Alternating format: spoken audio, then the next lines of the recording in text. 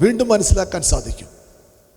യേശു ഉപയോഗിച്ചത് ദൈവത്തിൽ ആഴമായ വിശ്വാസമുള്ളവനെയാണ്. ഞാൻ കൂടെ പഠിപ്പിക്കാറുണ്ട്, നമ്മുടെ സമ്പത്ത് ദൈവത്തിലുള്ള നമ്മുടെ വിശ്വാസമാണ്. നമ്മുടെ സമ്പത്ത് ബാങ്ക് ബാലൻസ് അല്ല. നമ്മുടെ സമ്പത്ത് സ്വാധീനങ്ങളോ പദവികളോ ഒന്നുമല്ല. വീടോ വസ്തുക്കളോ സ്വർണമോ വെള്ളിയോ ഇതെല്ലാം ഇട്ടേച്ചു പോകണം. ഇതൊന്നും പ്രയാസ സന്ദർഭങ്ങളിൽ ഉപകരിക്കുന്നതല്ല. രോഗം വരുമ്പോൾ, അനർത്ഥം വരുമ്പോൾ, അടിയന്തര ഘട്ടങ്ങളിൽ ഉപയോഗിക്കപ്പെടുന്നതല്ല ഈ പുറമേ കാണുന്ന സമ്പത്തുകളൊന്നും. യഥാർത്ഥ സമ്പത്ത് ദൈവത്തിലുള്ള ആഴമായ വിശ്വാസമാണ്. എത്ര പേർക്ക് മനസ്സിലാകുന്നു വിശ്വാസത്തിന്റെ ഭാഷ? ഒരു അനർത്ഥം വരുന്നത് പറഞ്ഞോണ്ടല്ല. നാളെ 10 മണിക്ക് ഞാൻ വരും എന്ന് അനർത്ഥം പറയാറില്ല. ഒരു രോഗം വരുന്നത് പറഞ്ഞോണ്ടല്ല. അടുത്ത ആഴ്ച ഇന്ന സമയത്ത് ഞാൻ വരും, രോഗം പറയാറില്ല. അങ്ങനെയല്ല രോഗം വരുന്നത്, പെട്ടെന്നാണ്. ഈ സമയത്ത് മനുഷ്യർക്കോ സംവിധാനങ്ങൾക്കോ മരുന്നിനോ വൈദ്യശാസ്ത്രത്തിനോ ഒന്നും നമ്മെ സഹായിപ്പാൻ കഴിവില്ല. ദൈവത്തിന് മാത്രമേ കഴിവുള്ളൂ. ഈ പരമാർത്ഥം എത്രയും നേരത്തെ തിരിച്ചറിഞ്ഞാൽ നല്ലത്. ഇന്നും തിരിച്ചറിയാതെ പണത്തിലും വൈദ്യശാസ്ത്രത്തിലും സ്വാധീനങ്ങളിലും ആശ്രയിച്ച് മുമ്പോട്ട് പോകുന്ന വ്യക്തികൾ പെട്ടെന്നായിരിക്കും അപകടം സംഭവിക്കുന്നത്. സഹായിപ്പാൻ ദൈവം മാത്രമേ ഉള്ളൂ. ഞാൻ ചോദിക്കട്ടെ, നീ ഒരു വിഷയത്തിൽ ഏർപ്പെട്ടാൽ, പ്രയാസത്തിലെത്തിയാൽ ദൈവത്തിൻ്റെ കരങ്ങളെ ചലിപ്പിക്കുന്ന എന്തെങ്കിലും നിനക്കറിയാമോ? നാം പണ്ട് മുതൽ കേൾക്കുന്ന ഒരു ചെറിയ കഥയുണ്ട്. ഒരു മനുഷ്യൻ വള്ളത്തിൽ യാത്ര ചെയ്യുകയായിരുന്നു. വളരെ വിദ്യാഭ്യാസമുള്ള മനുഷ്യൻ. ഒരു കൊച്ചു തോണിക്കാരൻ ആ വള്ളത്തെ കൊണ്ടുപോവുകയാണ്. വലിയ വിദ്യാഭ്യാസമൊന്നുമില്ല. ഈ വിദ്യാഭ്യാസമുള്ള മനുഷ്യൻ ചോദിച്ചു, വള്ളക്കാരാ, നിനക്ക് ബോട്ടണി അറിയാമോ? സുവോളജി അറിയാമോ? വൈദ്യശാസ്ത്രം അറിയാമോ? വാനഗോള ശാസ്ത്രം അറിയാമോ? ആ വള്ളക്കാരൻ പറഞ്ഞു, ഇതൊന്നും എനിക്കറിയത്തില്ല. ഇതെല്ലാം എനിക്കറിയാം എന്ന നിലവാരങ്ങളിലാണ് അദ്ദേഹം സംസാരിക്കുന്നത്. പെട്ടെന്ന് വള്ളത്തിനൊരു ആട്ടം വന്നു. ചിലപ്പോൾ ആ വള്ളക്കാരൻ മനഃപൂർവ്വമായിട്ട് ആട്ടിയതായിരിക്കാം. ഞാൻ കേട്ട കാര്യമാണ്, എത്രമാത്രം പരമാർത്ഥമാണെന്ന് എനിക്കറിയത്തില്ല. പെട്ടെന്ന് വള്ളക്കാരൻ ചോദിച്ചു, ഹലോ വിദ്യാഭ്യാസമുള്ള വ്യക്തിയെ, ശാസ്ത്രജ്ഞനെ, താങ്കൾക്ക് നീന്തൽ ശാസ്ത്രം അറിയാമോ? അദ്ദേഹം പറഞ്ഞു, എനിക്ക് അത് മാത്രമേ അറിയാതുള്ളൂ. അങ്ങനെയാണെങ്കിൽ ഒരു പരമാർത്ഥം വിളിച്ചു പറയട്ടെ, നിങ്ങൾ ഇവിടെ മുങ്ങിച്ചാവാൻ പോവുകയാണ്. അതുപോലെ അടിയന്തര സമയത്ത് നമുക്കാവശ്യമുള്ള ശാസ്ത്രം അത് വിശ്വാസത്തിന്റെ ശാസ്ത്രമാണ്. വിശ്വാസമില്ലെങ്കിൽ മുങ്ങിച്ചാവേണ്ടി വരും. പിശാച് വിഴുങ്ങിക്കളയും. ഇതാണ് പലപ്പോഴും സംഭവിക്കുന്നത്. ഞാൻ കേൾക്കുന്ന കാര്യം ഞാൻ പറയട്ടെ. പലരും പറയാറുണ്ട്, എൻ്റെ അകം നിറച്ച് വിശ്വാസമാണ്, ഞാൻ ഭയങ്കര വിശ്വാസിയാണ്. പക്ഷേ പുറത്തേക്ക് വിടുന്നതെല്ലാം അവിശ്വാസമാണ്. അപ്പോൾ അത് വസ്തുതകൾക്ക് നിരക്കുന്നതല്ല ആ പ്രസ്താവന. ഇപ്രകാരം വാക്യം പറയുന്നു, ഹൃദയം നിറഞ്ഞു കവിയുന്നതല്ലോ വായി പ്രസ്താവിക്കുന്നത്. നിന്റെ അകത്ത് വിശ്വാസം നിറഞ്ഞിരുന്നുവെങ്കിൽ അത് നാവിലൂടെ പുറത്തു വരുമായിരുന്നു. എന്നാൽ വ്യത്യസ്തമായിട്ട് പുറത്തു വരുന്നതെല്ലാം എന്താണ്? നെഗറ്റീവാണ്, അവിശ്വാസമാണ്. കാര്യം എന്താണ്? നീ വിശ്വാസി വിശ്വാസി എന്ന് പറയുന്നെങ്കിലും നിന്റെ അകം മുഴുവൻ അവിശ്വാസമാണ്. അതുകൊണ്ടാണ് വാ തുറക്കുമ്പോൾ അവിശ്വാസം പുറത്തു വരുന്നത്. ശരിയല്ലേ ഞാൻ പറയുന്നത്? ചിന്തിക്കേണ്ട കാര്യമാണ്. അകത്ത് എന്ത് നിറയും അത് നാവിലൂടെ പുറത്തു വരും. നിന്റെ സമ്പത്ത് നിന്റെ അകത്ത് നിറയുന്ന വിശ്വാസ വാക്കുകളാണ്. നിന്നെ നശിപ്പിക്കാൻ നിൽക്കുന്ന ഒരു ദുഷ്ടശക്തിയുണ്ട്. അത് അയൽക്കാരനോ സഹവിശ്വാസിയോ അസൂയക്കാരനോ ഒന്നുമല്ല, ദുഷ്ടപിശാച്. ഈ പിശാച് ഭയപ്പെടുന്നത് നിന്റെ പദവിയല്ല. പിശാച് ഭയപ്പെടുന്നത് നിന്റെ മീശയല്ല, നിന്റെ മസിലുകളെ അല്ല, നിന്റെ പണത്തെ അല്ല. പിശാച് ഭയപ്പെടുന്നത് നിന്റെ അകത്തുള്ള ദൈവത്തിന്റെ വലിപ്പത്തെയും വിശ്വാസത്തെയുമാണ്. ദൈവത്തിലുള്ള ആഴമായ വിശ്വാസത്തെയുമാണ് പിശാച് ഭയപ്പെടുന്നത്. അത് നിനക്കുണ്ടോ? നീ പിശാചിനെ ഭയപ്പെടുന്നവനാണോ, അതോ നിന്നെ പിശാച് ഭയപ്പെടുന്നുവോ? അവിടെയാണ് നീ വിലയുള്ളവനായി മാറുന്നത്. നീ പിശാചിനെ ഭയപ്പെടുന്നുവെങ്കിൽ നീ ഒരു പരാജിതനാണ്, നീ തോൽവി ജീവിക്കുന്നവനാണ്.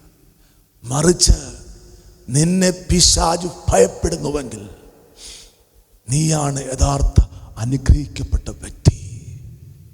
നിനക്കൊരു ഉയർച്ചയുണ്ട്, നിനക്ക് തടസ്സങ്ങളില്ല. വിശ്വസിക്കുന്നവർക്കായി ഞാൻ ദൈവത്തെ സ്തുതിക്കട്ടെ. നിന്റെ അകത്ത് ദൈവത്തിൽ ഒരാഴമായ വിശ്വാസമുണ്ടാകട്ടെ. എന്നെ കേൾക്കുന്ന സഹോദര സഹോദരി, യേശുവിൻ്റെ ശുശ്രൂഷയുമായി ബന്ധപ്പെട്ട് പഠിച്ചാൽ യേശു വിലപ്പെട്ട ഉത്തരവാദിത്തങ്ങൾ നൽകിയത്, യേശു വലിയ കാര്യങ്ങൾ ഏൽപ്പിച്ചത് വിശ്വാസമുള്ളവരെയാണ്. യേശുവിൻ്റെ ഇന്നർ സർക്കിളിലേക്ക് വന്നത് വിശ്വാസമുള്ളവരാണ്. പക്ഷെ ലോകം പല കാര്യങ്ങൾ പറഞ്ഞു കാണും. ലോകം യൂദയായിരിക്കും വലുതായി കണ്ടത്. കാര്യം എന്താണ്? ലോകം നോക്കുമ്പോൾ പണസഞ്ചി യൂദയുടെ കയ്യിലാണ്. ലോകം നോക്കുമ്പോൾ ചുങ്കം പിരിച്ച ലേവി അവൻ പണക്കാരനാണ്. ലോകം പുറമേ ഉള്ള കാര്യങ്ങൾ നോക്കി വില കൽപ്പിച്ചപ്പോൾ യേശു വില കൽപ്പിച്ചത് വിശ്വാസമുള്ളവനെയാണ്. നോക്കുക, മത്തായി 16-ാം അധ്യായം 13 മുതൽ 19 വരെയുള്ള വാക്യങ്ങൾ. യേശു ഫിലിപ്പിന്റെ കൈസരുടെ പ്രദേശത്തെത്തിയ ശേഷം തൻ്റെ ശിഷ്യന്മാരോട്, ജനങ്ങൾ മനുഷ്യപുത്രനെ ആരെന്ന് പറയുന്നുവെന്ന് ചോദിച്ചു. ചിലർ യോഹന്നാൻ സ്നാപകൻ എന്നും മറ്റു ചിലർ ഏലിയാവെന്നും വേറെ ചിലർ ഇരമ്യാവോ പ്രവാചകന്മാർ ഒരുത്തനോ എന്നും പറയുന്നുവെന്നവർ പറഞ്ഞു. നിങ്ങളോ എന്നെ ആരെന്ന് പറയുന്നുവെന്നവൻ ചോദിച്ചതിന് ശീമോൻ പത്രോസ്, നീ ജീവനുള്ള ദൈവത്തിൻ്റെ പുത്രനായ ക്രിസ്തു എന്നുത്തരം പറഞ്ഞു. യേശു അവനോട്, ബെറിയോന ശീമോനെ, നീ ഭാഗ്യവാൻ. ജഡരക്തങ്ങളല്ല, സ്വർഗസ്ഥനായ എൻ്റെ പിതാവത്രേ നിനക്കിത് വെളിപ്പെടുത്തിയത്. നീ പത്രോസ് ആകുന്നു. ഈ പാറമേൽ ഞാൻ എൻ്റെ സഭയെ പണിയും, പാതാള ഗോപുരങ്ങൾ അതിനെ ജയിക്കുകയില്ല എന്ന് ഞാൻ നിന്നോട് പറയുന്നു. നമുക്കെല്ലാം അറിയാവുന്നൊരു കാര്യമാണ്. യേശു ചോദിക്കുകയാണ്, മനുഷ്യർ, ജനങ്ങൾ എന്നെക്കുറിച്ച് എന്താണ് പറയുന്നത്? അവർ പറഞ്ഞു, ചിലർ ഇരമ്യാവെന്ന് പറയുന്നു, ചിലർ ഏലിയാവെന്ന് പറയുന്നു, ചിലർ പ്രവാചകന്മാരിൽ ഒരുവനെന്ന് പറയുന്നു, വേണമെങ്കിൽ പറഞ്ഞു കാണും. ചിലർ മറിയുടെ മകനെന്ന് പറയുന്നു, ചിലർ തച്ചൻ്റെ മകനെന്ന് പറയുന്നു, ചിലർ പാപികളുടെയും ചുങ്കം പിരിക്കുന്നവരുടെയും സ്നേഹിതനെന്ന് പറയുന്നു എന്നൊക്കെ പറഞ്ഞു കാണും. പക്ഷേ വീണ്ടും ഒരു ചോദ്യം യേശു ആവർത്തിക്കുന്നു, നിങ്ങൾ എന്നെക്കുറിച്ച് എന്ത് പറയുന്നു? 11 പേരും മിണ്ടാതിരുന്നപ്പോൾ ഒരുവന്റെ നാവ് ചലിപ്പിക്കപ്പെട്ടു. കാര്യം എന്താണ്? അവൻ്റെ അകത്ത് ദൈവം വലുതായിരുന്നു. അവൻ്റെ ഹൃദയത്തിൽ നിറഞ്ഞു കവിഞ്ഞത് അവൻ്റെ നാവിൽ കൂടെ പുറത്തു വന്നു. നീ ജീവനുള്ള ദൈവത്തിന്റെ പുത്രനായ ക്രിസ്തു. ഞെട്ടിപ്പോയി 11 പേരും. ചിലപ്പോൾ യേശുവും ആശ്ചര്യപ്പെട്ട് കാണും. കാര്യം അങ്ങനെ ഉത്തരം പ്രതീക്ഷിച്ച് കാണത്തില്ല. 11 പേരും മിണ്ടാതിരുന്നത് കൊണ്ട് യേശു പറയുകയാണ്, ഇത് ജഡരക്തങ്ങളല്ല നിനക്ക് വെളിപ്പെടുത്തിയത്. ആ വാക്കിൻ്റെ അർത്ഥം എന്താണ്? ആ വാക്കിൻ്റെ അർത്ഥം ഇതാണ്, ജഡരക്തങ്ങൾക്ക് വിശ്വാസം നൽകുവാൻ കഴിവില്ല. പ്രിയമക്കളെ, നീ ദൈവത്തിൽ വിശ്വാസമുള്ളവനെങ്കിൽ, ദൈവത്തോട് ചേർന്നിരിക്കുന്നവെങ്കിൽ, ദൈവം ആരാണെന്ന് അവൻ നിനക്ക് വെളിപ്പെടുത്തി തരും. അവൻ്റെ പ്രവൃത്തി എന്താണ്, അവൻ്റെ ഇന്നലകളിൽ അവൻ്റെ പ്രവൃത്തി എന്താണ്, ഇന്ന് അവൻ്റെ പ്രവൃത്തി എന്താണ്, നാളെ അവൻ ചെയ്യാൻ പോകുന്ന കാര്യം എന്താണ്, ഇത് നിനക്ക് വെളിപ്പെടുത്തി തരും. അതാണ് പത്രോസിന് സംഭവിച്ചത്. അകത്തു നിറഞ്ഞ് കവിഞ്ഞ വിശ്വാസം അവൻ പുറത്തു പറയാൻ തയ്യാറായി. നീ ജീവനുള്ള ദൈവത്തിന്റെ പുത്രനായ ക്രിസ്തു. യേശു മറുപടി കൊടുക്കുകയാണ്, ഇത് ജഡരക്തങ്ങളല്ല, എൻ്റെ പിതാവ് നിനക്ക് വെളിപ്പെടുത്തിയ കാര്യമാണ്. നീ ഭാഗ്യവാനാണ്. തീർന്നില്ല. ഞാൻ നിനക്ക് സ്വർഗ രാജ്യത്തിന്റെ താക്കോൽ നൽകുകയാണ്. നീ തുറന്നാൽ തുറന്നതാ. യേശു വിശ്വാസമുള്ള പത്രോസിനെയാണ് സഭയുടെ അടിസ്ഥാനമായി പറഞ്ഞത്. ഈ പാറമേൽ. അതിൻ്റെ അർത്ഥം പത്രോസ് എന്ന വ്യക്തിയല്ല, പത്രോസിനെ പോലെ വിശ്വാസമുള്ള, ആഴമേറിയ വിശ്വാസമുള്ള ജീവിതമാണ് സഭയുടെ അടിസ്ഥാനമായ പാറ. ഈ പാറമേൽ ഞാൻ എൻ്റെ സഭയെ പണിയും. പാതാള ഗോപുരങ്ങൾ അതിനെ ജയിക്കയില്ല. എന്താണ് പാതാള ഗോപുരങ്ങൾ? മരണപ്പിശാച്, രോഗപ്പിശാച്, കഷ്ടവും നഷ്ടവും പ്രതികൂലവും കൊണ്ടുവന്ന് താഴേക്ക് വലിച്ചടിപ്പിക്കാൻ നോക്കുന്ന ദുഷ്ടപിശാച്, ഇത് നിന്നെ ജയിക്കുകയില്ല. എന്തുണ്ടെങ്കിൽ നിന്റെ അകത്ത് ദൈവം വലുതാണെങ്കിൽ, നിന്റെ അകത്ത് ബലവത്തായ ഒരു വിശ്വാസമുണ്ടെങ്കിൽ, നീ അത് പുറത്തു പറയാൻ തയ്യാറാകുമെങ്കിൽ, നിന്റെ അകത്ത് ദൈവത്തിന്റെ വലിപ്പം നിറയുമെങ്കിൽ, നീയാണ് സഭ. നിന്നെ തകർക്കാൻ ഒരു ദുഷ്ടശക്തിക്കും കഴിവില്ല. വിശ്വസിക്കുന്നവർക്കായി ഞാൻ ദൈവത്തെ സ്തുതിക്കട്ടെ. വീണ്ടും യേശു കർത്താവ് ഒന്നാമനാക്കിയത് ആരെയാണ്? പത്രോസിനെയാണ്. മത്തായി 10-ാം അധ്യായം 2-ാമത്തെ വാക്യം. 12 അപ്പോസ്തലന്മാരുടെ പേരാവിത്. ഒന്നാമൻ പത്രോസ് എന്നു പേരുള്ള ശീമോൻ. നോക്കുക, 12 പേരെ തിരഞ്ഞെടുത്തു ദൈവത്തിന്റെ പ്രവൃത്തിക്കായിട്ട്. മരിച്ചവരെ ഉയർപ്പിക്കുവാൻ, രോഗികളെ സൗഖ്യമാക്കുവാൻ, സൗജന്യമായി കൊടുക്കുവാൻ, രക്ഷ വിളിച്ചറിയിക്കുവാൻ. പക്ഷേ ഒന്നാമനാക്കിയത് പത്രോസിനെയാണ്. ഒരു രാത്രി മുഴുവൻ പ്രാർത്ഥിച്ചിട്ടാണ് ഒരു തെരഞ്ഞെടുപ്പിലേക്ക് യേശു വരുന്നത്. അതിലുപരി ഒന്നാമനെ കണ്ടെത്തിയത് ഒരു രാത്രി മുഴുവൻ പ്രാർത്ഥിച്ചിട്ടാണ്. ഒന്നാമൻ ആരാണ്? യൂദായല്ല, തോമാച്ചനല്ല. ഒന്നാമൻ പത്രോസ്. ദൈവത്തിൽ വിശ്വാസമുള്ളവന് പ്രത്യേക പരിഗണനയാണ്, അല്ല പ്രത്യേക മുൻഗണനയാണ് ദൈവം കൊടുക്കുന്നത്. മനസ്സിലാക്കുന്നവർക്കായി ഞാൻ ദൈവത്തെ സ്തുതിക്കട്ടെ. പത്രോസിനെ യേശു ഒന്നാമനാക്കി. യേശു ഒന്നാമനാക്കിയ പത്രോസ് ശുശ്രൂഷയിൽ എപ്പോഴും ഒന്നാമനായിരുന്നു. അവൻ്റെ പ്രസംഗത്തിലാണ് 3000-ന്റെ കെട്ട് അഴിഞ്ഞത്. വിശ്വസിക്കുന്നവർക്കായി ഞാൻ ദൈവത്തെ സ്തുതിക്കട്ടെ. ആത്മീയ ഗോളം ഒരു വിശാലമായ ഗോളമാണ്. ഇവിടെ പല നിലവാരങ്ങളിൽ പ്രവർത്തിക്കുന്ന വ്യക്തികളുണ്ട്. കള്ളപ്രവചനത്തിൻ്റെ അടിസ്ഥാനത്തിൽ രോഗശാന്തി തട്ടിപ്പുകൾ കാണിച്ച്, മനുഷ്യരിൽ ആശ്രയിച്ച്, പണത്തിൻ്റെ മികവ് പ്രകടിപ്പിച്ച്, സംഗീതത്തിൻ്റെ വലിയ മാസ്മരികതയിലേക്ക് ജനത്തെ കൊണ്ടുപോയി വശീകരിച്ച് ഭയപ്പെടുത്തി, പത്രങ്ങൾ അല്ലെങ്കിൽ മറ്റ് ചാനലുകളിലൊക്കെ സഹായത്തോടുകൂടെ മറ്റ് പല ലോകപരമായ നിലവാരങ്ങളിൽ പല ഇളക്കപ്പെരുപ്പങ്ങൾ കാണിക്കുന്ന വ്യക്തികളുണ്ട്.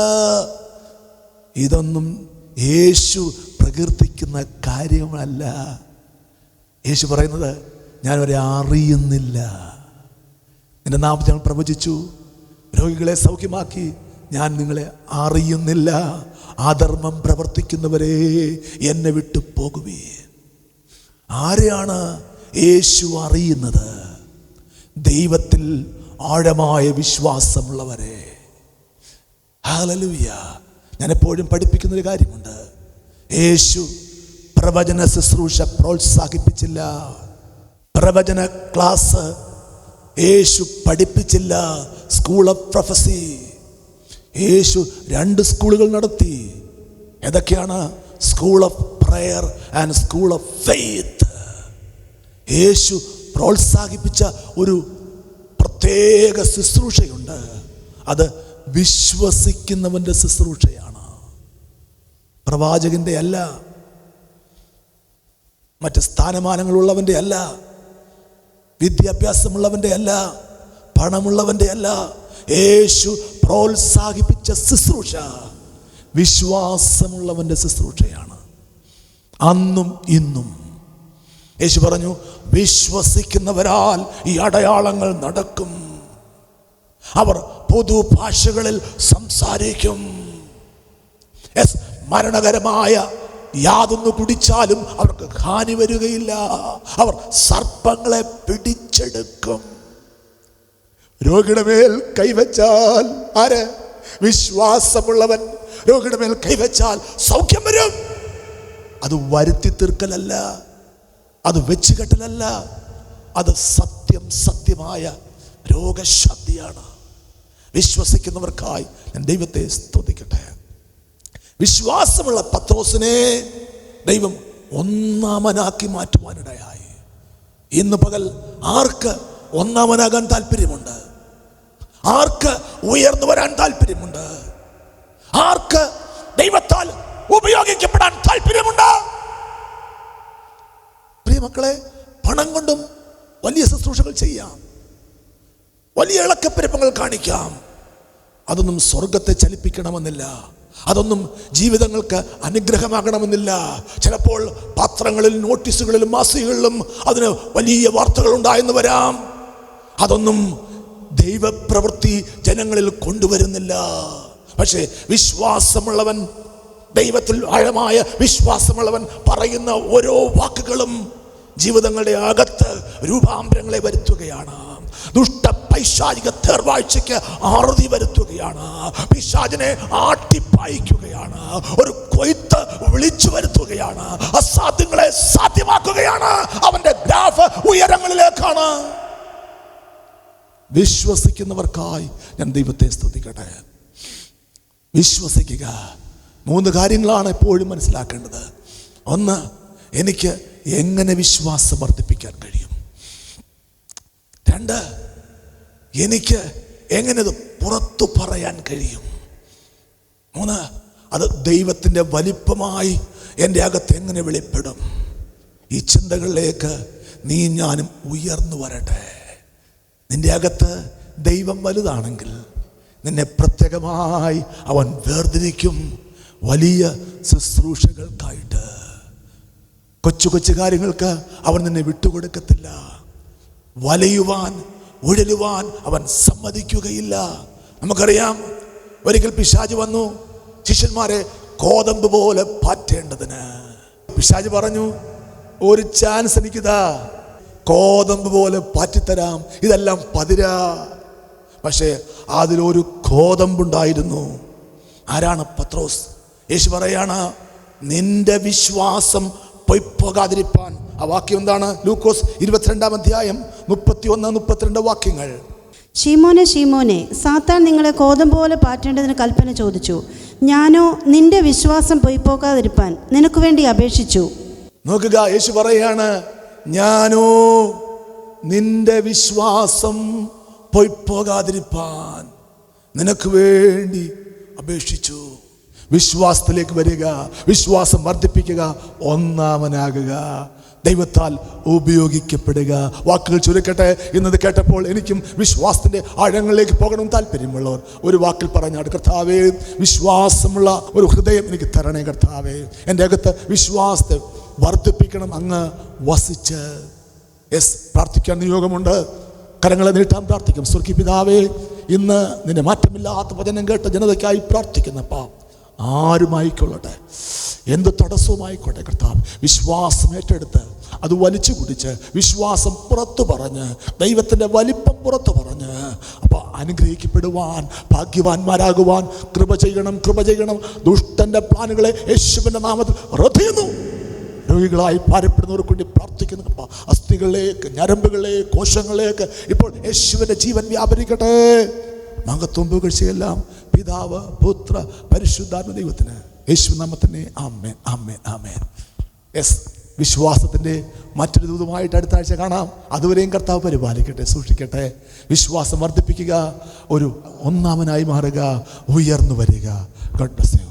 Doctor Binu Jose Chacko, Jose villa, KLRA 16, Kappalandimukku, Mundakkal PU, Kollam 1, Kerala. Phone number 9447679301.